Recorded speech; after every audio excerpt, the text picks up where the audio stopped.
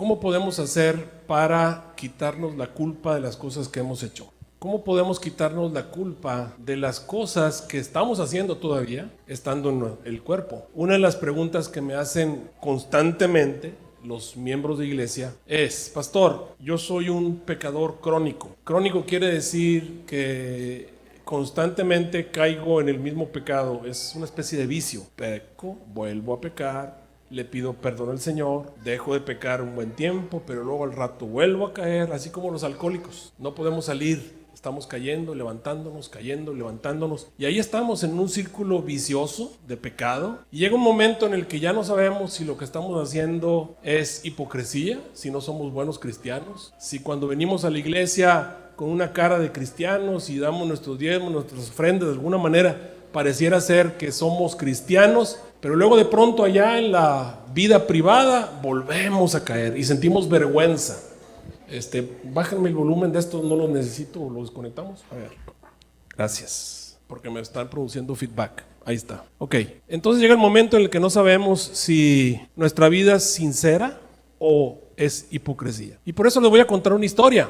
Les voy a demostrar cómo funciona el quitarse la culpa, bíblicamente. Un día el rey David andaba en la azotea de su casa, todos conocemos la historia, y andaba una mujer bañándose en la azotea de su casa. Ahí tuve la oportunidad de estar en la ciudad de David, así como se le llamaba el palacio de David en Jerusalén. El palacio de David se le llama la ciudad de David y está en una parte alta. Tuvimos la oportunidad de estar exactamente en el lugar donde David vivía, y desde allí ustedes asoman así en la ventana y pueden ver todas las casas abajo de la ciudad de David abajo. Y en una de esas casas, no sabemos cuál, algunos dicen ahí en la ciudad de David, te dicen que estaba en esa casa, pero no sabemos. En una de esas casas estaba una mujer bañándose.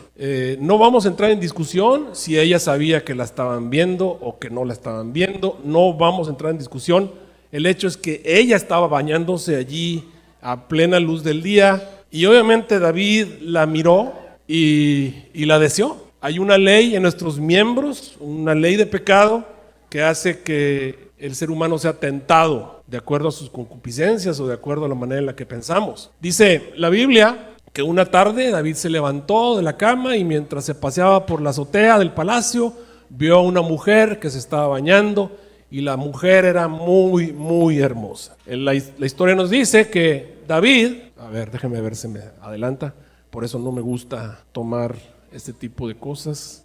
Déjenme regresarme, ahí está, ok. Era muy hermosa, dice la palabra del Señor, y entonces David mandó llamar a uno de sus siervos y le preguntó quién es la mujer. Y uno de ellos le dijo, se llama Betsabé, es hija de Elián, esposa de Urías Heticita. Betsabé recién había terminado su periodo menstrual y estaba cumpliendo los ritos de purificación de este. Obviamente por eso estaba en casa y por eso se estaba bañando. Entonces David le mandó mensajeros para que la trajeran ante él. Cuando ella llegó, él se acostó con ella, siendo una mujer casada. Después de eso ella volvió a su casa, Betsabé quedó embarazada y se lo hizo saber a David. Hasta este momento, ¿cómo vemos a David todos? Pues así como lo vemos. Después de eso, ella le mandó el mensaje a David, estoy embarazada. Y entonces David se le ocurrió una idea. Dice la Biblia que mandó traer al esposo, Urías, para que se presentara ante él, y lo emborrachó hasta que David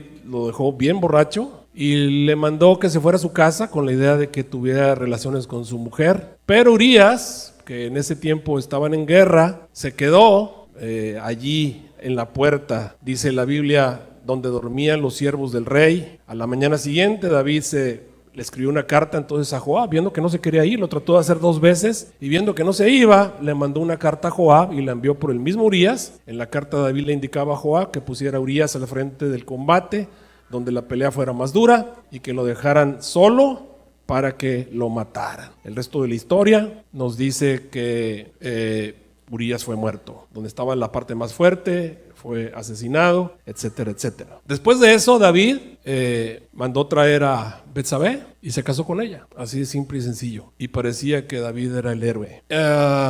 Después de eso, el Señor mandó traer a Natán, el profeta, y Natán le contó una historia a David. Todos conocemos la historia. Le dijo básicamente que había un hombre en su reino que tenía muchas ovejas y que tenía muchas posesiones, y un vecino pobre tenía solamente una ovejita, la cual trataba como si fuera su propia hija o su propia familia. Tanto así que comía de su propio plato, siempre la estaba abrazando, era lo más precioso que él tenía. Cuando vino un visitante a visitar al rico, este rico, en vez de tomar una de sus ovejas de su redil o de su ganado, decidió tomar la oveja del vecino, matarla y ofrecérsela en convivio a todos sus comensales. Cuando David escuchó esto, David se enfureció, dice la palabra de Dios, contra aquel hombre, y le dijo a Natán: te juro por Dios que quien ha hecho tal cosa merece la muerte y debe pagar 4 veces el valor de la ovejita, porque actuó sin tener ninguna compasión. Entonces Natán le dijo a David: tú eres ese hombre. Y esto es lo que ha declarado el Señor, Dios de Israel: yo te escogí como rey de Israel y te libré del poder de Saúl. Y yo, el Señor, dijo, te declaro que voy a traer todo este mal, y que el mal va a surgir obviamente contra ti, y va a surgir obviamente de tu propia casa, de tu propia familia. Tomaré tus mujeres, se las entregaré a uno de tu familia, el cual se acostará con ellas a plena luz del sol. Tú has hecho esto en secreto, yo lo voy a hacer en presencia de todo Israel y a plena luz del sol. Después de eso conocemos la historia. David se humilló, lloró amargamente, se arrepintió grandemente y escribió el salmo que todos conocemos como el Salmo 51. Él dijo: he aquí en maldad he sido formado, en pecado me concibió mi madre. El Salmo 51:10 en adelante dice: crea en mí, oh Dios, un corazón limpio, renueva un espíritu recto dentro de mí.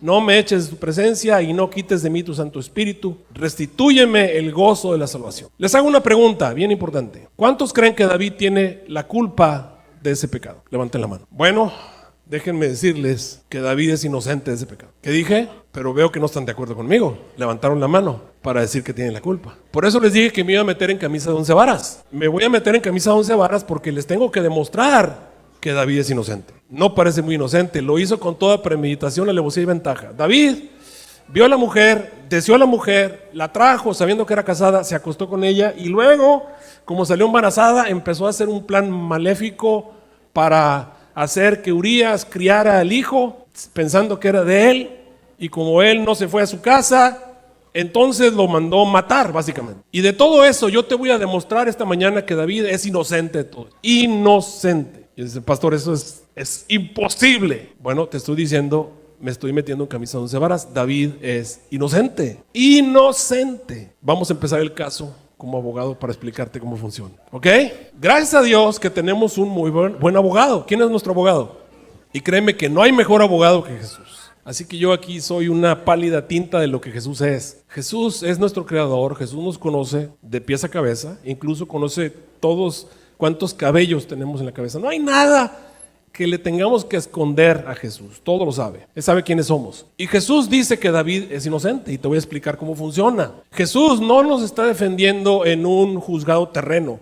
Nos está defendiendo en un juicio perfecto, en un juzgado perfecto, de gente perfecta. Tiene a su disposición tecnología, tiene a su disposición las mejores leyes, tiene a su disposición todo lo que él necesita, porque aparte de ser abogado también es Dios. Básicamente el Señor Jesús ha ofrecido defendernos, y incluso mira lo que dice la Biblia acerca de él: teniendo un pontífice que penetró en los cielos, no tenemos un pontífice que no se pueda compadecer de nuestras flaquezas. Así que lleguémonos confiadamente al trono de la gracia. Es un abogado que nos entiende, que sabe qué es lo que pasó. Y como él sabe qué es lo que pasó, él va a demostrar que David es inocente. Y yo voy a intentarlo, voy a ver si puedo. Eso es básicamente lo que Jesús tiene que hacer. La Biblia nos presenta a Jesús entrando en el juicio del cielo, el momento en el que se presenta delante del Padre, y dice la Biblia: el juez se sienta y los libros se abren. Y vamos a ver el juicio de David desde aquí de la tierra, básicamente cómo funciona. La verdad es que todos los seres del universo van a reconocer que David es inocente. Y no solamente van a reconocer que David es inocente, también van a reconocer que tú, si tomas el camino y haces lo mismo que David hizo, eres inocente, y yo también soy inocente. Y gloria a Dios por eso, porque si David es inocente de eso que les conté, entonces tú y yo también somos inocentes de las cosas que hacemos y hemos hecho y seguimos haciendo, aunque ustedes no lo crean. De eso se trata. Por eso es muy importante esta historia. ¿Saben ustedes que hay una ley en la Biblia? Hay una ley Y es una cosa muy santa que dice que nosotros somos inocentes. Mira lo que dice Levítico 7:1. Asimismo, esta es la ley de la expiación. No dice por el pecado, no dice por el pecado. ¿La expiación de qué cosa? ¿Qué dice ahí? De la culpa. Y es una cosa muy santa, no es un juego. En Levíticos capítulo 7, versículo 7 dice, así como se hace el sacrificio por el pecado, así también se hace el sacrificio por la culpa. Es una misma ley. Y para empezar, la culpa la toma el sacerdote que hace la reconciliación con ella. Así que gloria al Señor, tenemos la oportunidad de dejar de ser culpables. David va a dejar de ser culpables y quiero que lo entiendan, no es así como te lo explican algunos teólogos que dan clases en las escuelas de teología o lo que sea, que te dicen que Dios te pone una especie de manto encima y tú sigues siendo el pecador y el culpable, pero Dios te cubre. No es así. Realmente tienes que ser inocente. Para poder salvarte realmente tienes que ser inocente. Y David es inocente. Y ustedes dicen, ay pastor, pues está bien difícil. O sea, lo hizo porque quería y lo hizo queriendo. Y lo hizo con premeditación, con alevosía, con ventaja. O sea, él es culpable. Muchos levantaron la mano diciendo que es culpable. Bueno, yo te estoy diciendo que es inocente. Porque bíblicamente hay alguien que conoce más la situación que tú y que yo. Vamos a ver cómo funciona el asunto. Para empezar, el Señor Jesús ha declarado a través del apóstol Pablo que somos inocentes si permanecemos en Él. Dice Romanos 8:1. Ahora pues, ninguna condenación, ninguna, hay para quienes, los que están en Cristo, los que no andan conforme a la carne, sino conforme al Espíritu. Vamos a empezar a entender, porque a lo mejor no nos hemos dado cuenta que tú y yo hemos sido llamados a encontrar redención por la sangre del Cordero. Mira lo que dice Apocalipsis 12:11 acerca de todos los que se van a salvar. Dice allí, y ellos le han vencido por medio de la sangre del Cordero, para empezar. Y segundo, la palabra del testimonio de ellos, porque no menospreciaron sus vidas hasta la muerte. Entonces vamos a empezar el caso. Número uno.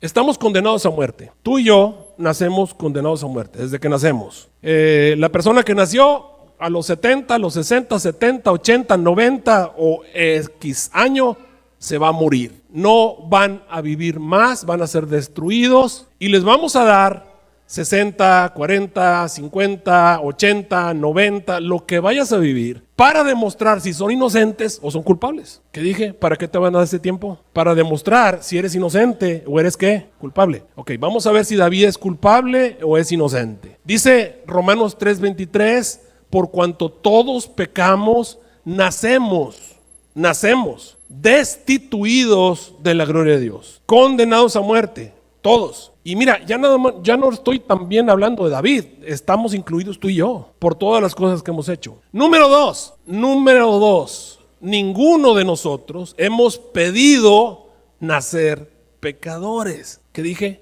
Que no hemos pedido ¿qué? Hermanos, David pidió nacer pecador. Él dijo, ¿sabes qué? En maldad he sido formado, en pecado me concibió mi madre. ¿Sabes lo que es la concepción? La concepción es el momento en que el esperma y el óvulo se unen y nace la vida en el vientre de nuestra mamá. Allí, en ese momento, David es pecador, desde ese momento, pero no ha transgredido la ley, pero no ha cometido ningún pecado, porque nosotros pensamos que somos pecadores en el momento en el que cometemos un pecado, hacemos una transgresión de la ley, entonces somos pecadores. Déjame decirte que ser pecador es una condición. ¿Qué dije que es? Es una condición, es una manera de ser. Ser pecador es como ser un perro o ser un gato o ser un pez o ser un ave. Es una naturaleza. ¿Qué dije que es? Una naturaleza. Y conforme a tu naturaleza vas a actuar y vas a pensar y vas a decir y vas a hacer lo que haces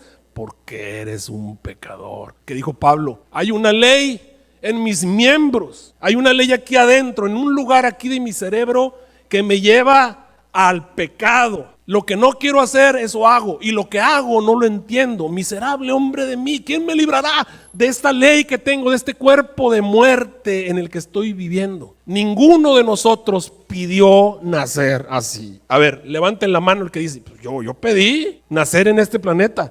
Pedí nacer con esa ley en mis miembros. Mira, ¿por qué mentimos? ¿Por qué codiciamos? ¿Por qué queremos ser los primeros? ¿Por qué somos egoístas? ¿Por qué andamos tratando de buscar felicidad a costa de otros? ¿Por qué queremos aprovecharnos de los demás?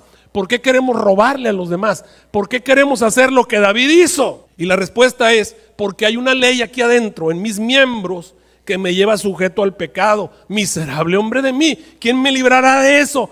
Ahora les pregunto, queridos hermanos, ustedes son el juzgado, yo soy el abogado. ¿Tiene David la culpa de ser así?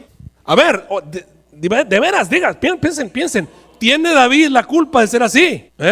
Claro, entonces están conmigo. Díganme un no. ¿Tiene David la culpa de ser así? Ok, empezamos ya bien. Ya empezamos bien. Ya el abogado está funcionando. Pero entonces, pastor, ¿quién tiene la culpa? Ahí vamos a empezar a trabajar en la culpa. Pero ya establecimos que David no tiene la culpa de tener eso adentro. O todavía alguien que dude que David tiene la culpa de ser así. A ver, pastor, entonces los asesinos y los que matan y los que roban y los que hacen los violadores y toda esa gente tampoco tienen la culpa. Yo no estoy diciendo eso. Yo estoy diciendo que David no tiene la culpa. Es una cosa muy diferente. El Señor Jesús entró a defender a los que están en él, a los otros, esos no entró a defenderlos. ¿Les está quedando bien claro? Es más, ya se pusieron de mi lado porque ya me dijeron que no tiene la culpa. Así de fácil, ya me dijeron que no tienen la culpa. Pero ahora tienen otro problema. El problema es saber quién tiene la culpa. ¿Estamos de acuerdo? Están como que todavía algunos están... No, pues, exacto, vamos a ver quién tiene la culpa. Miren, mira cómo lo dijo Isaías. Isaías dijo, desde la planta del pie hasta la cabeza no hay cosa sana, sino herida, hinchazón y podrida llaga. No están curadas, ni vendadas, ni suavizadas con aceite. O sea, somos malos, tenemos una ley en nuestros miembros que nos lleva al pecado. Tarde o temprano vamos a hacer cosas malas, desgraciadamente por la naturaleza que tenemos, miserables de nosotros. El pobre David no se aguantó y vivió esa experiencia que todos la conocemos y decimos, ay, maldito que eres tú. ¿Y por qué? Pues porque le diste rienda suelta a lo que querías hacer. No te aguantaste como todos los demás. Y eso te quita de que en tu pensamiento hagas lo mismo que él. ¿No dijo Jesús que el que ve a una mujer para acostarse con ella en su mente, ya pecó con ella? ¿No dice la Biblia que cuando ves a tu hermano con el que te cae gordo y que le vaya mal, ya también pecaste igual como si lo hubieras matado? ¿No dice la Biblia eso? A ver, el que sea sin pecado que arroje la primera piedra. Y entonces ya empezamos a decir, caray, pues es que sí.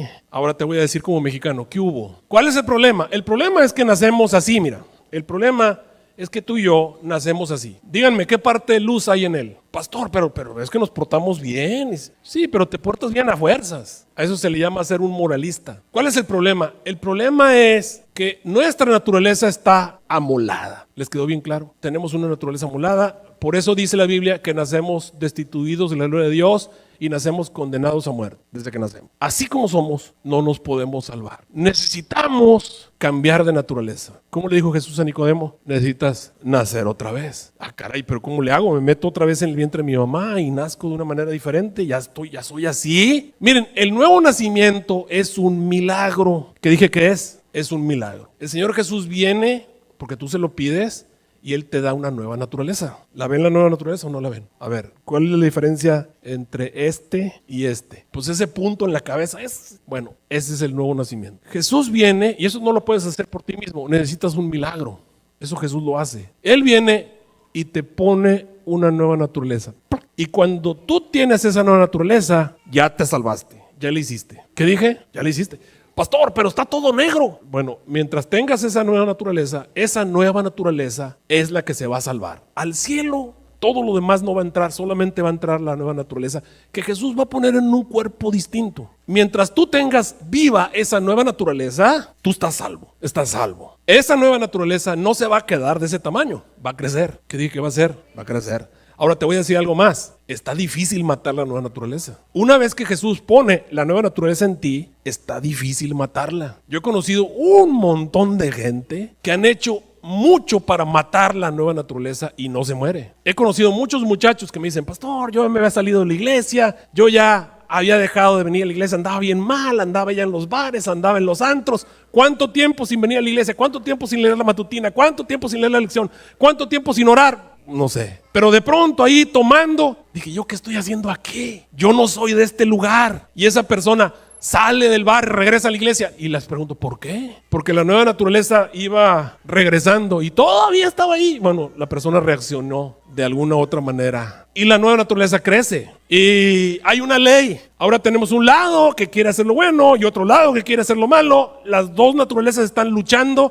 Y los que han nacido nuevos saben de qué estoy hablando. Y crece hasta que ya pareces Moisés. Dale. Ese que está ahí es Moisés. Ya Moisés, dice la Biblia, que era el hombre más manso que había sobre la tierra. Era bien bueno, nunca se enojaba, era bien manso. Dice la Biblia, era el más manso que había sobre la tierra. Ya prácticamente estaba listo para que el Señor viniera y le dijera, ¿sabes qué? Ya estás más cerca de mi casa, así como le dijo a Enoc, y se lo llevó. Y ya Moisés estaba cerca de eso. Nada más que por allí, en algún lugar, había un puntito todavía del viejo hombre que estaba vivo. La antigua naturaleza todavía estaba allí. ¿Y cómo dijo Pablo acerca de las dos naturalezas?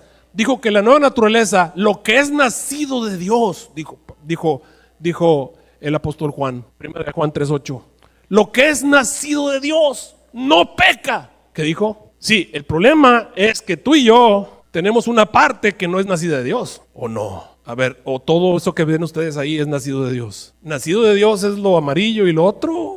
Y por eso es que los que tienen las dos naturalezas, de vez en cuando les sale lo que decimos nosotros, el viejo hombre. ¿Verdad que sí? El viejo hombre. La nueva naturaleza no peca.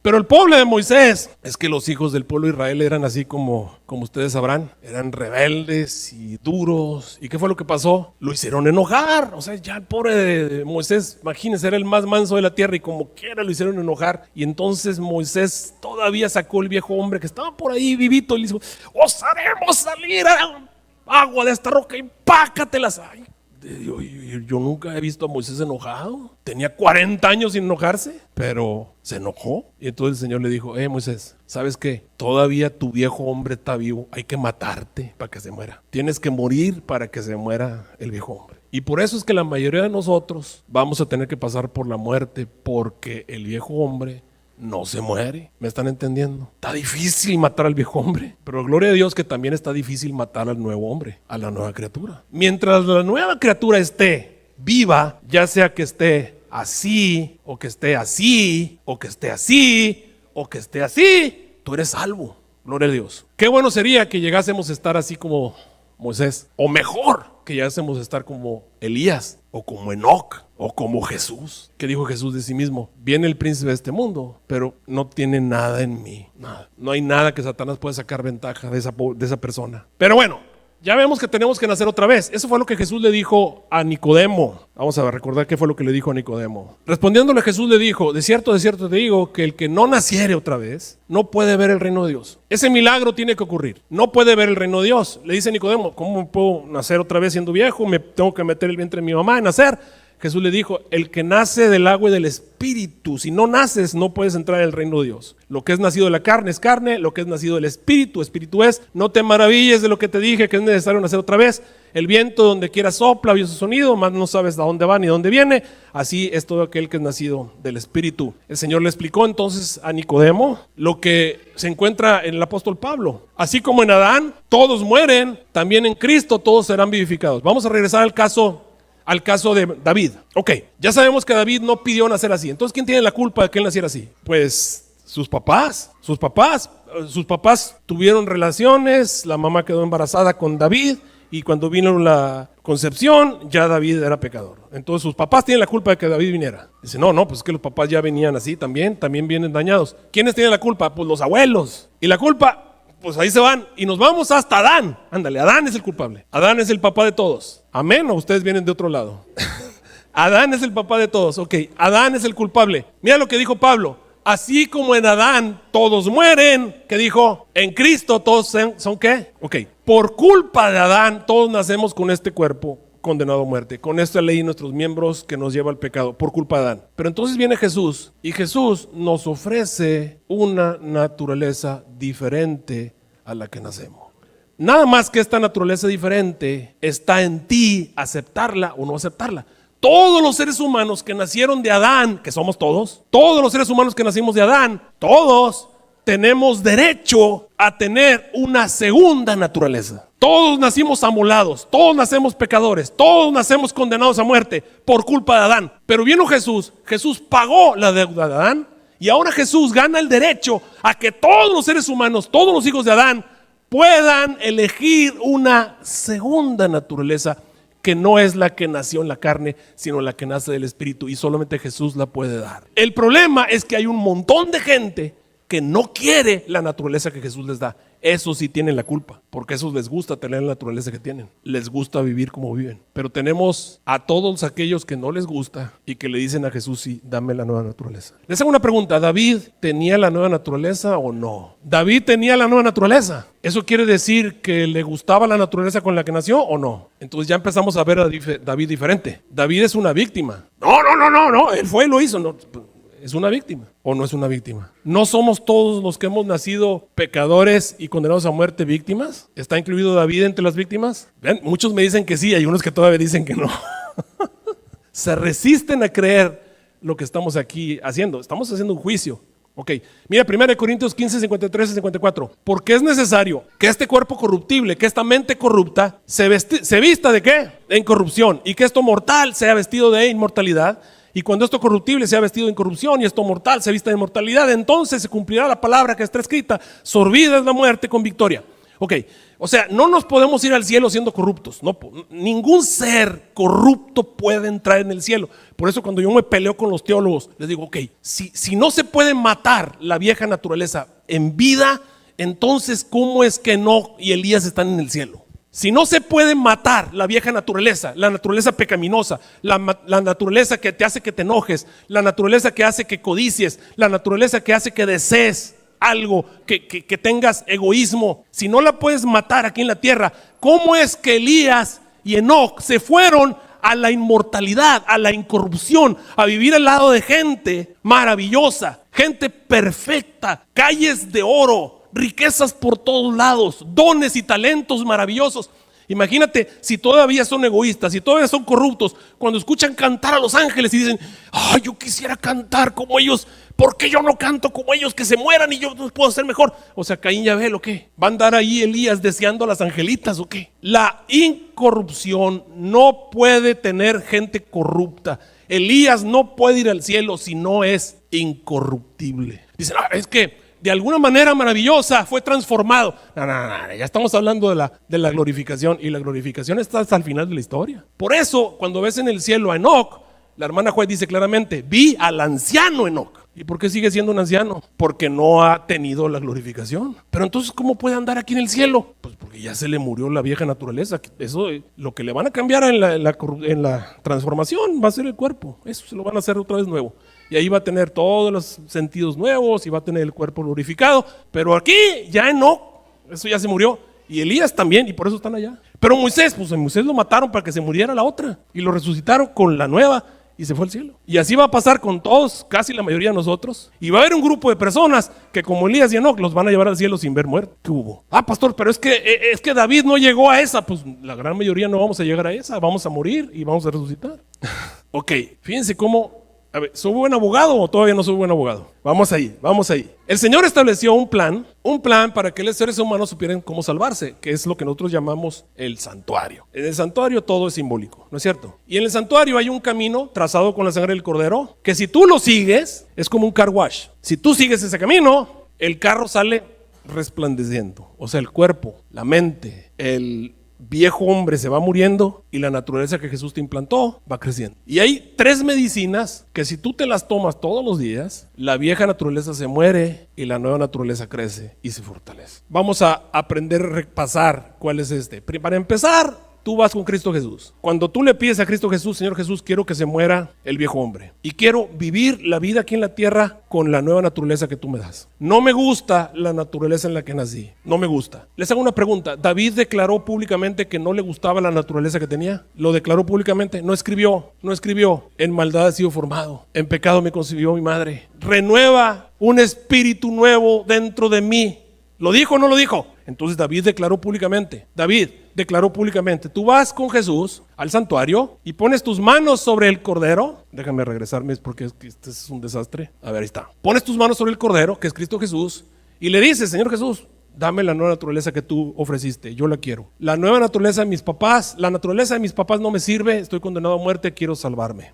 Quiero ser diferente, no me gusta lo que soy. Se lo pides a Cristo Jesús, le pides perdón por las cosas que has hecho, aunque las vas a volver a hacer, pero le pides perdón. O me equivoco, las cosas que hacemos las volvemos a hacer o no las volvemos a hacer. A ver, hermanos, levanten la mano, por favor, todos los que han sido bautizados en el nombre del Padre, del Hijo y del Espíritu Santo por inmersión. Levanten la mano, levántenla. Arriba, arriba, no se les va a bajar la sangre de tal manera que se mueran. Levanten la mano, ok. Dejen la mano arriba, todos los que después de que nos bautizamos no hemos vuelto a pecar. A ver, hermana Leida, ¿usted no ha vuelto a pecar después de que se bautizó? Pues entonces bájela.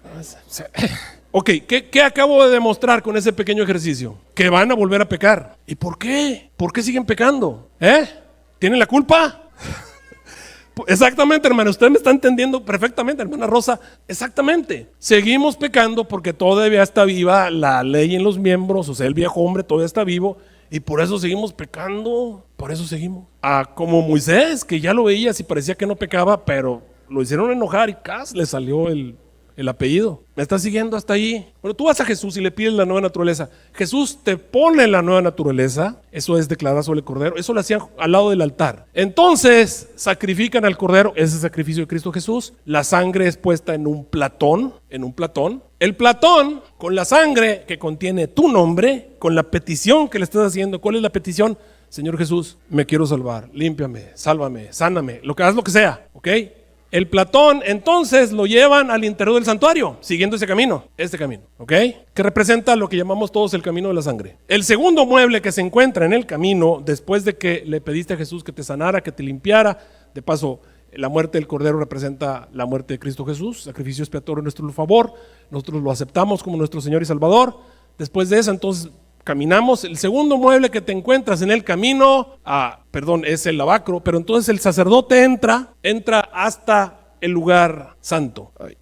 Entra hasta el lugar santo. Se para delante del incensario, mete el dedo en la sangre y rocía 7 veces el velo, dando a entender que tu nombre está registrado. Ahí está David o no. ¿Está David o no está David? ¿Hasta cómo se llama Jesús? Jesús es el hijo de quién? David. Está David. Está el nombre de David. ¿Qué fue lo que pidió David? Pidió que el cuerpo de muerte en el cual nació sea destruido y pidió que quería vivir una vida en Cristo, que quería que le dieran un corazón puro, que se renovara un espíritu recto dentro de mí, que no le fuera quitado su Espíritu Santo. Todo eso está en el Salmo 51. Eso fue lo que pidió. Entonces, ahí está el nombre tuyo y mío, ahí está el nombre de todos los que tomamos el camino de la sangre. Ok, el segundo acto, el único día en el que el sacerdote entraba al lugar santísimo es el día de la expiación, que ahorita vamos a hablar de eso al final. Y ahí vamos a ver quién tiene la culpa de lo que David hizo. ¿Me están siguiendo hasta allí? Porque una cosa es ya saber que David no lo hizo o que no es culpable. Ahora lo que queremos saber es quién es el que tiene la culpa. Así que el platón va lo que pidió David y lo llevan al velo. Ahí se hace la declaración de todo lo que David pidió. Ok, siguiente mueble es el lavacro. El lavacro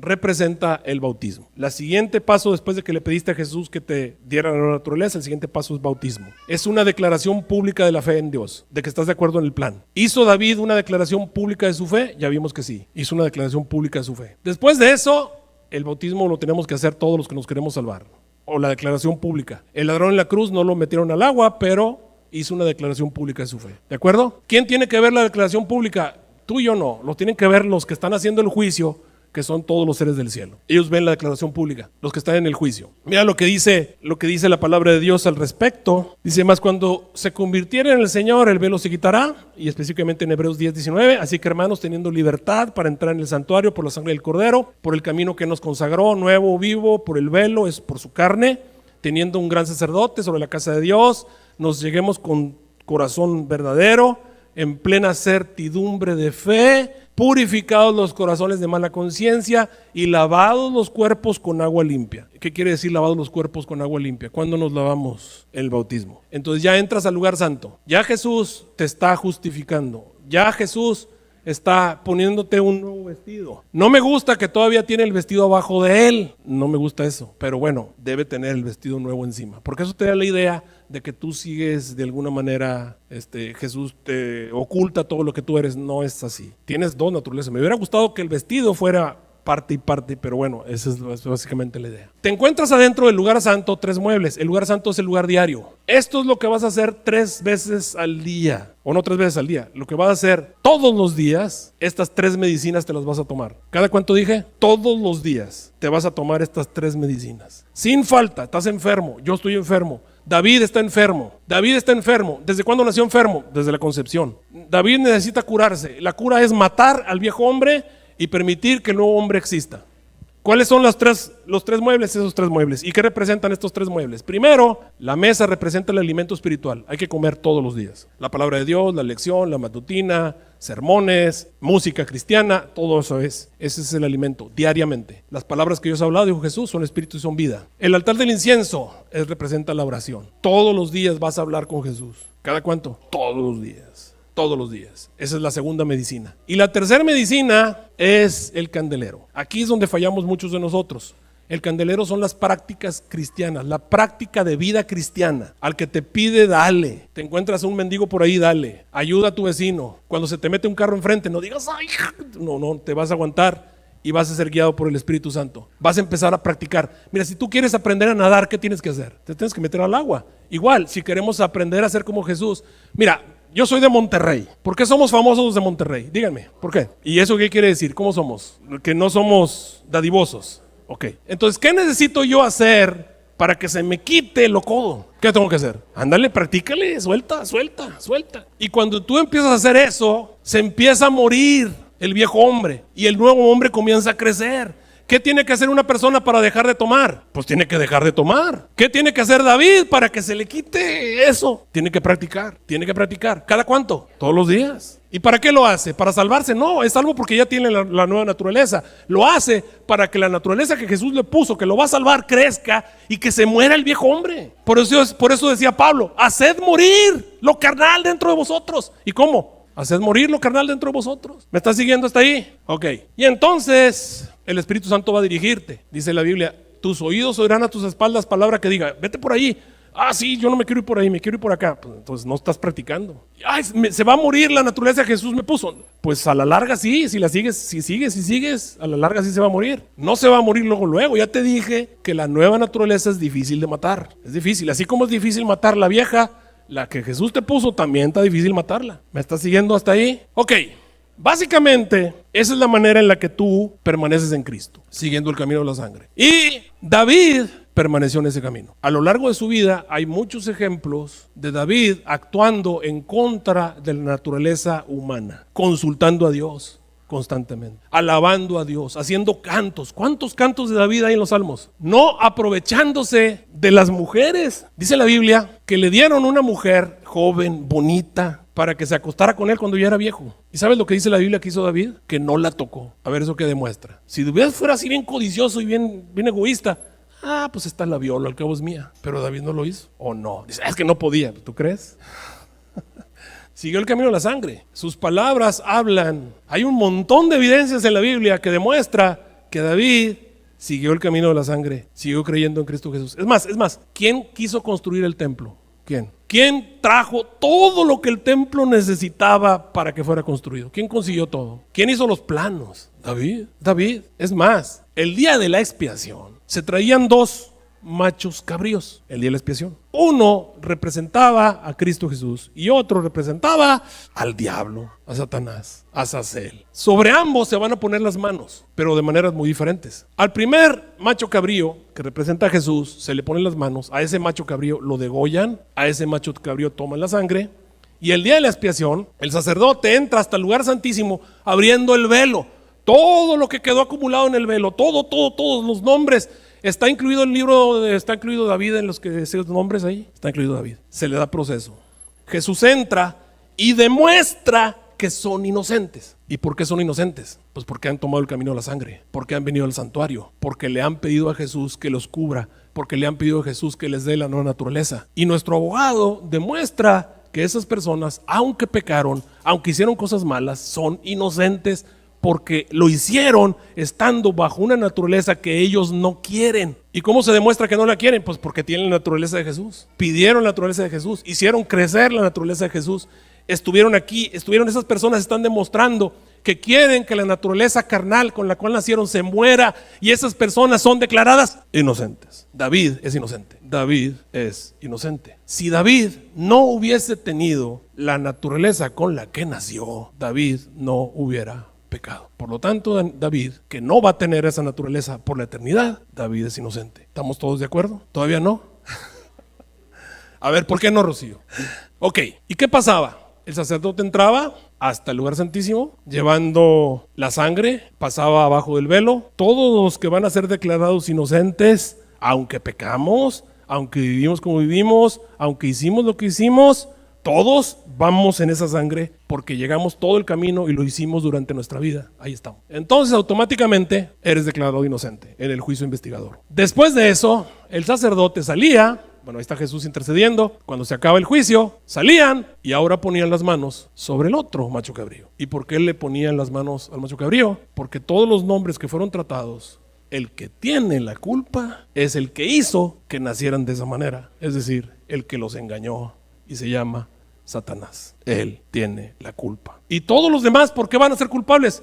Pues porque no vinieron, se les ofreció, se les dio la oportunidad y no quisieron. Jerusalén, ¿cuántas veces quise ponerte bajo mis alas y no quisiste? Entonces tú tienes la culpa. Tú pagas por ti mismo y la paga el pecado. ¿Qué cosa es? Muerte. David está dentro de los inocentes y lo que David hizo, ese tiene la culpa. ¿Qué dice la palabra de Dios? Ninguna condenación hay para los que están en Cristo. No andan conforme a la carne, sino ahora andan conforme al Espíritu. Eso fue lo que pasó en el Edén, cuando vino con Adán y le dijo, ¿qué has hecho? Yo no quiero la culpa, la tuvo ella me dio de comí. Y lo va con Eva, ¿qué hiciste?